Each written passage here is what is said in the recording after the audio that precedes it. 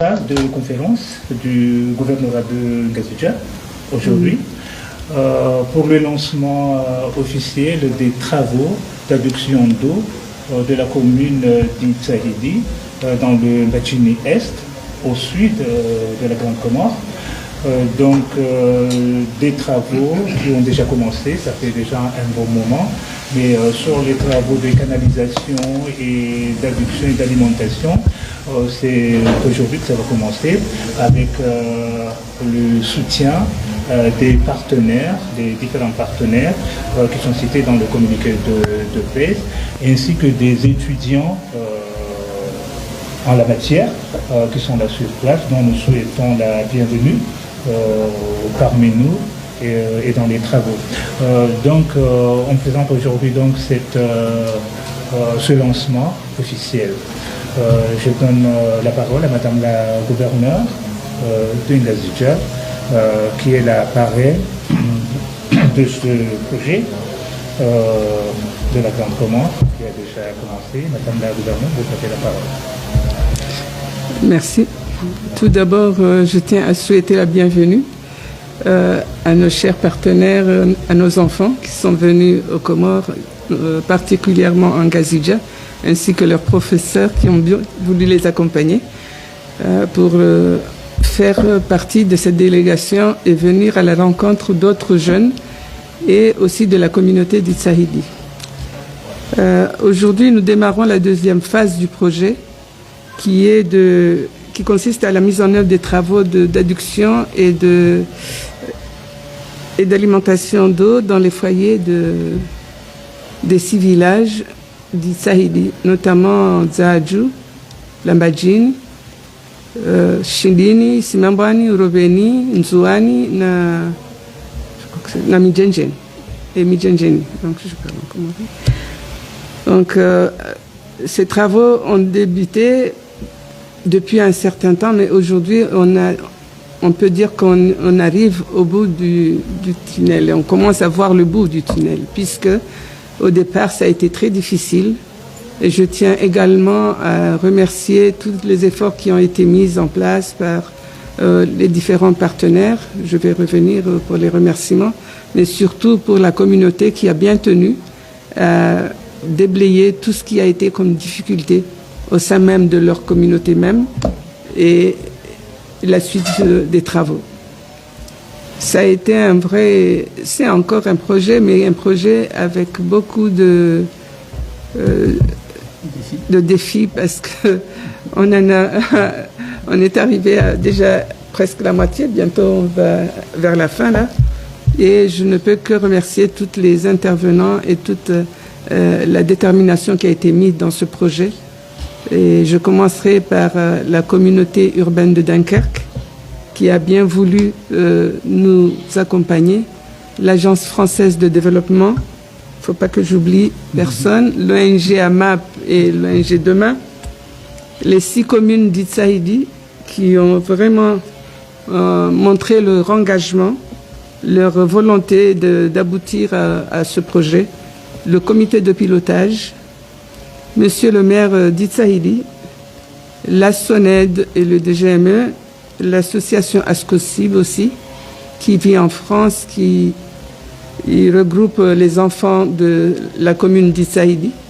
Donc ils ont été des partenaires très engagés aussi, parce qu'ils ont dénoué pas mal de crises au sein même de la communauté, et je pense qu'ils vont encore continuer.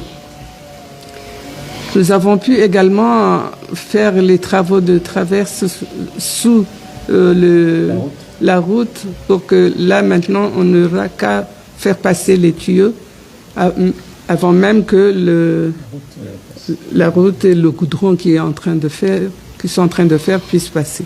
Donc de ce côté-là, c'est aussi une épine qui nous est sortie. Donc c'est déjà une bonne chose.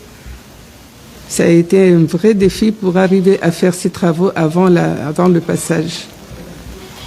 L'une des unités de ce projet, c'est l'arrivée de ces jeunes qui ont pu aussi se mêler, se fondre avec les autres, travailler ensemble, échanger leurs compétences et aussi les cultures, puisque c'est une richesse aussi qui arrive en plus dans ce projet. Il y a aussi on va dire que ce sera une première, si on arrive et on espère bien y arriver, à faire ce partage de compétences entre la DGME et la communauté sur la gestion de l'eau. Ça, c'est un projet et aussi un défi parce qu'il y va de la réussite de ce projet.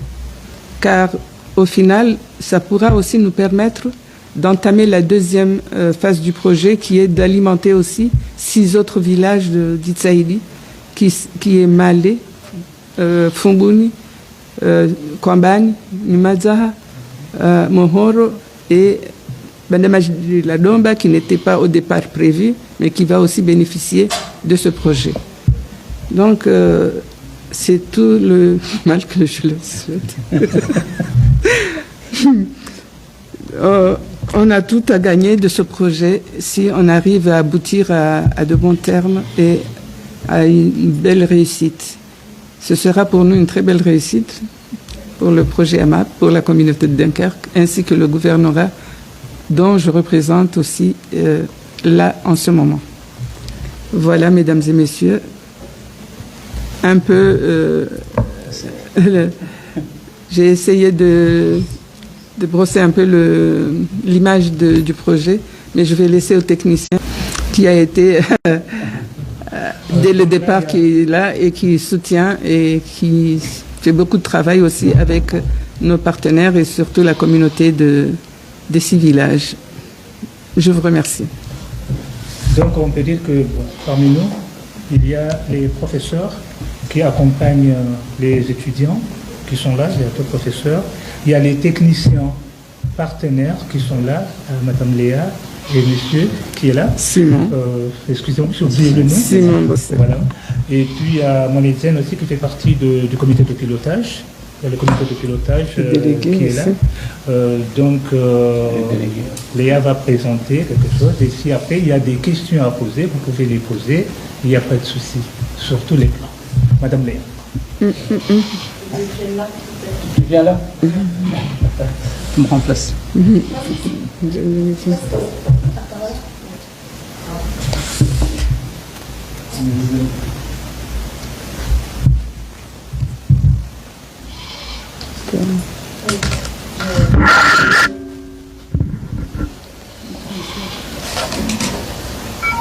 Waouh. Oui, vas-y.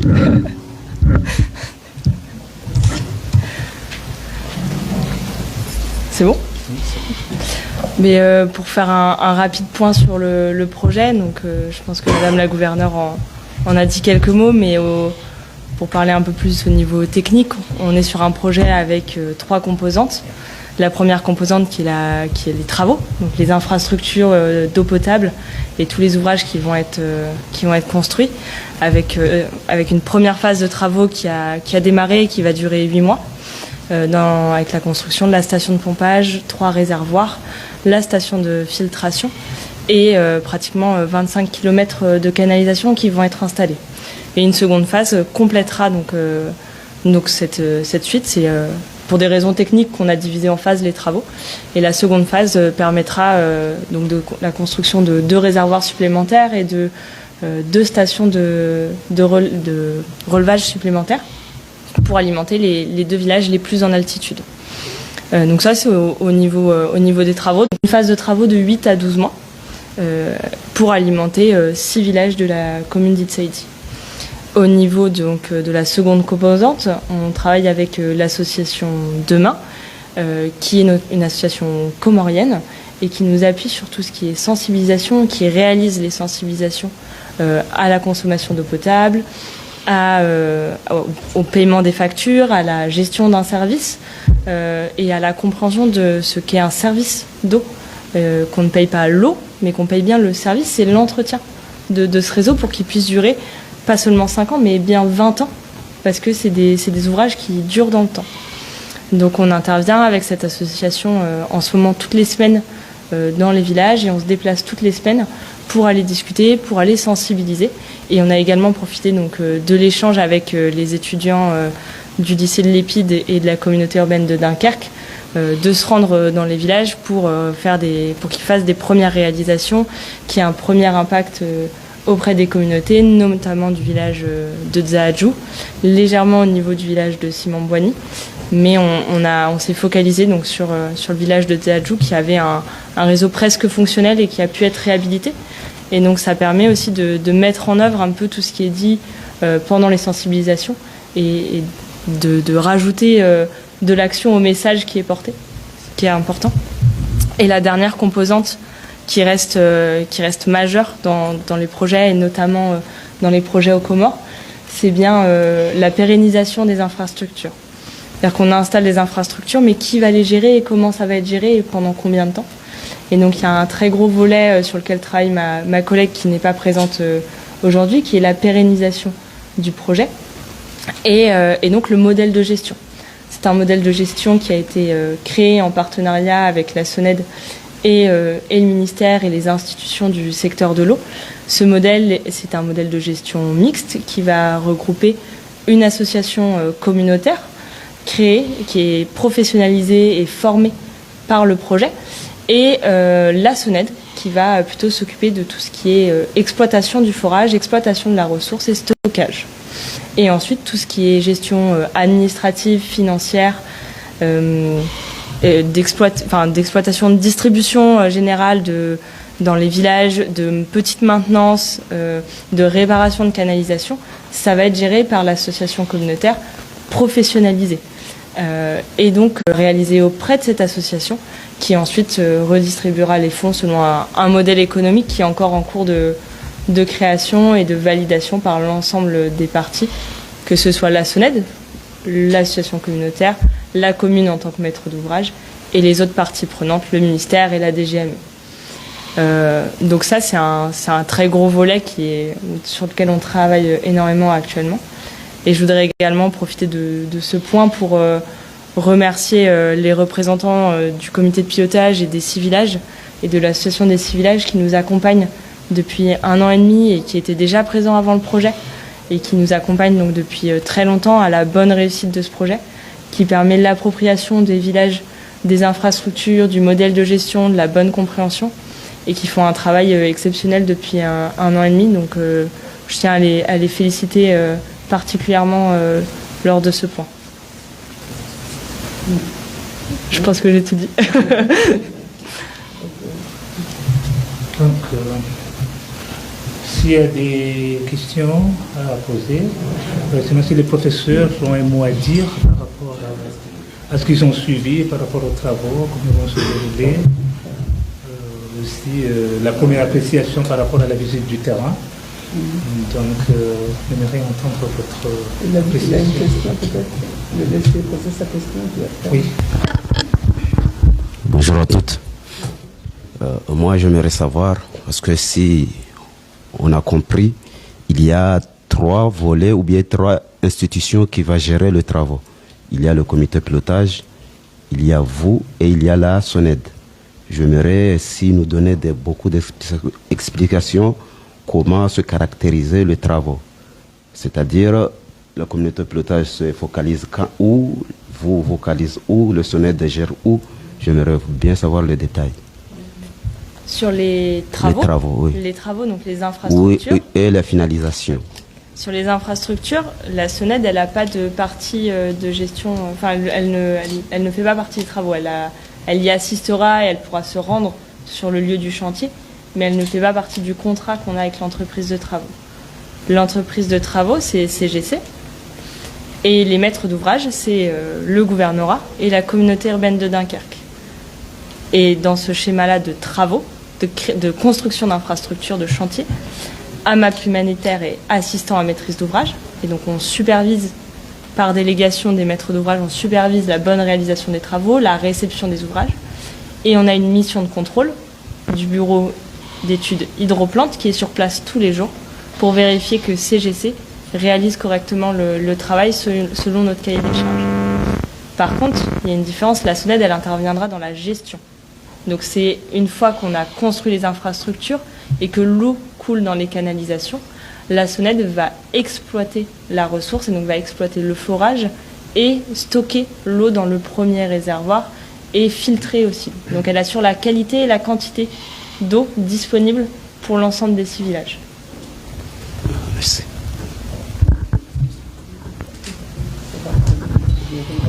D'autres questions? Oui. Bonjour. Moi, j'aimerais savoir combien de temps ce projet ça va prendre. Ma deuxième question, avez-vous déjà vécu des obstacles ou des difficultés durant vos études que vous avez déjà fait? Merci. Ok. Combien de temps ça va prendre? Il nous reste 8 à 12 mois de phase de travaux. Et donc normalement terminé fin 2024, sûrement début 2025. Au vu de comment se déroulent les travaux, on sait qu'il y a régulièrement des retards, donc on ne s'avance pas trop. On va faire au maximum. Fin 2024, c'est l'objectif. Et par rapport aux difficultés, sinon on ne servirait à rien à MAP Humanitaire en tant qu'assistant maîtrise d'ouvrage s'il n'y avait aucune difficulté. Donc nous, on est là pour prendre en charge toutes ces problématiques et trouver des solutions.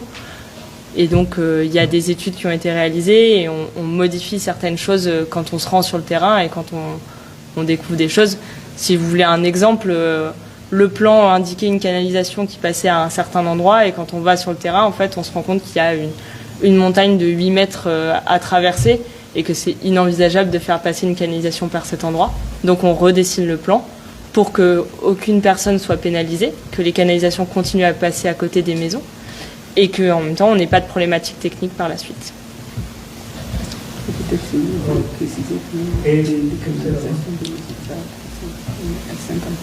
Ouais.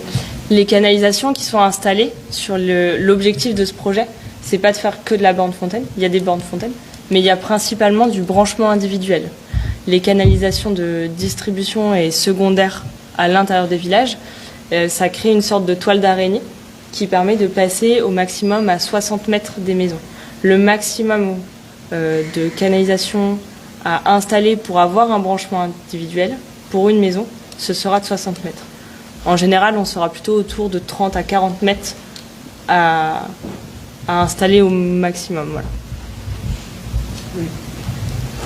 Quelle sera l'entreprise qui va assurer les travaux et comment ça s'est passé pour sélectionner l'entreprise?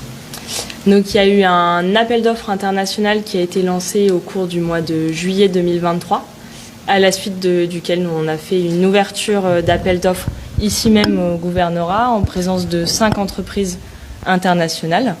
Une analyse technique et financière de ces offres a permis de sélectionner et d'entrer en négociation CGC. Et on a pu contractualiser définitivement et signer le contrat qui acte le lancement des travaux le 19 janvier 2024 avec l'entreprise CGC.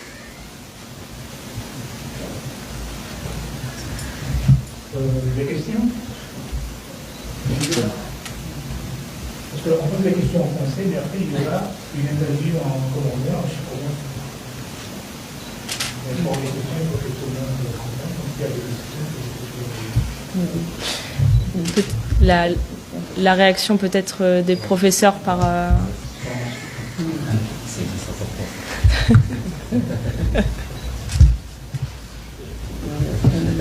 Bien, bonjour à tous. Bonjour à tous. J'ai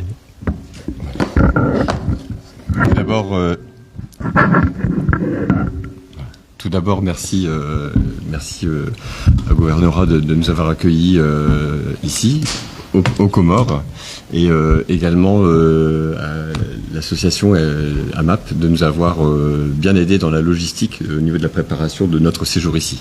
C'est vrai qu'on avait déjà mené dans le passé quelques missions humanitaires pour lesquelles nous gérions le projet en fait de A à Z, mais des projets de petite taille. Là, c'était un projet qui a vraiment une dimension très très grande et n'intervient que pour une petite partie. Il faut bien le reconnaître, on est modeste, mais effectivement, ça permet aussi d'un point de vue sensibilisation à la problématique de l'eau, sur le Dunkerquois avec les jeunes que nous avons ici, c'est facile, on ouvre un robinet, il y a l'eau qui coule. Parfois, certains ne sont pas forcément au courant que l'eau a été épuisée à un certain endroit, stockée dans des châteaux. Et là, le fait de venir ici, ça permet de se rendre compte que cette problématique de l'eau, elle est beaucoup plus importante ici aux Comores que chez nous. Le deuxième point, c'est la chance que nous avons eue de pouvoir échanger avec des jeunes du CFIP sur 2 niveaux. Tout d'abord, d'un point de vue des compétences, ils ont pu observer des maçons au travail avec un rythme et une dextérité assez impressionnante. Et puis, l'échange d'un point de vue humain, où ils ont pu discuter entre eux, rire, échanger, et rien que ça, c'est des moments qui sont importants, ne serait-ce que pour continuer d'avoir un échange ensuite dans le futur proche. Voilà.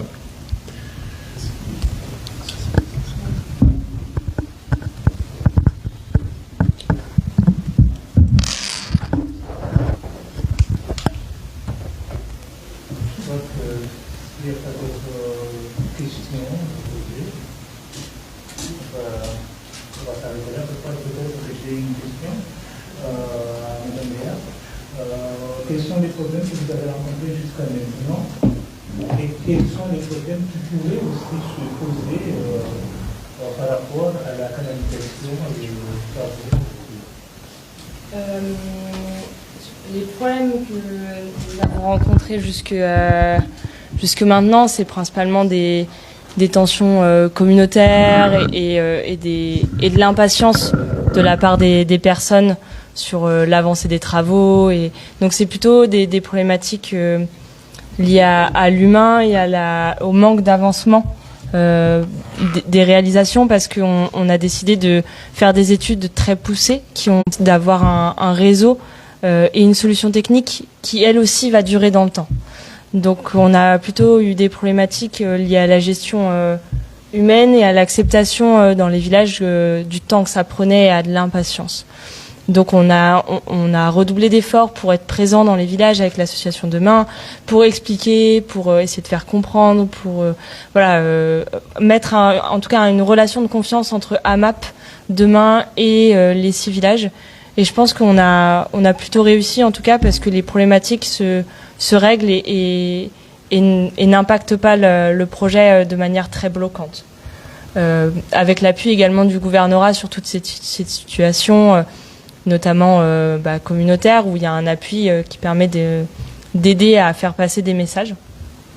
Donc ça, c'est plutôt les grosses problématiques qu'on a rencontrées pour l'instant.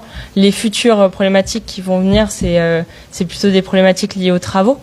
Quand est-ce que vont arriver les canalisations? Est-ce que les commandes vont être livrées à temps? Est-ce qu'ils vont bien installer à 80 cm de profondeur comme le cahier des charges l'indique?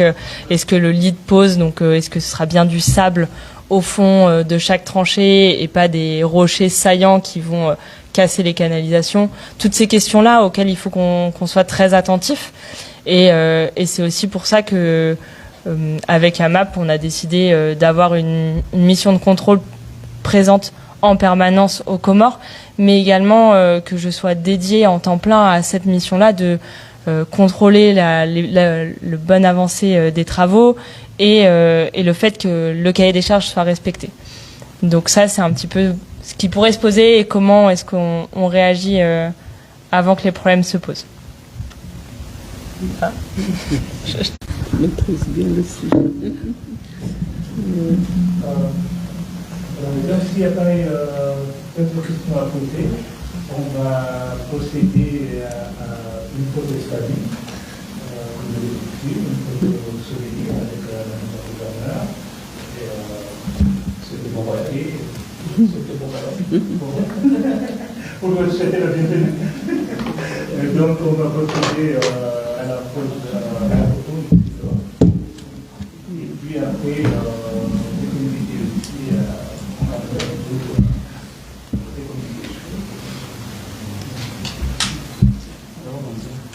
Ok.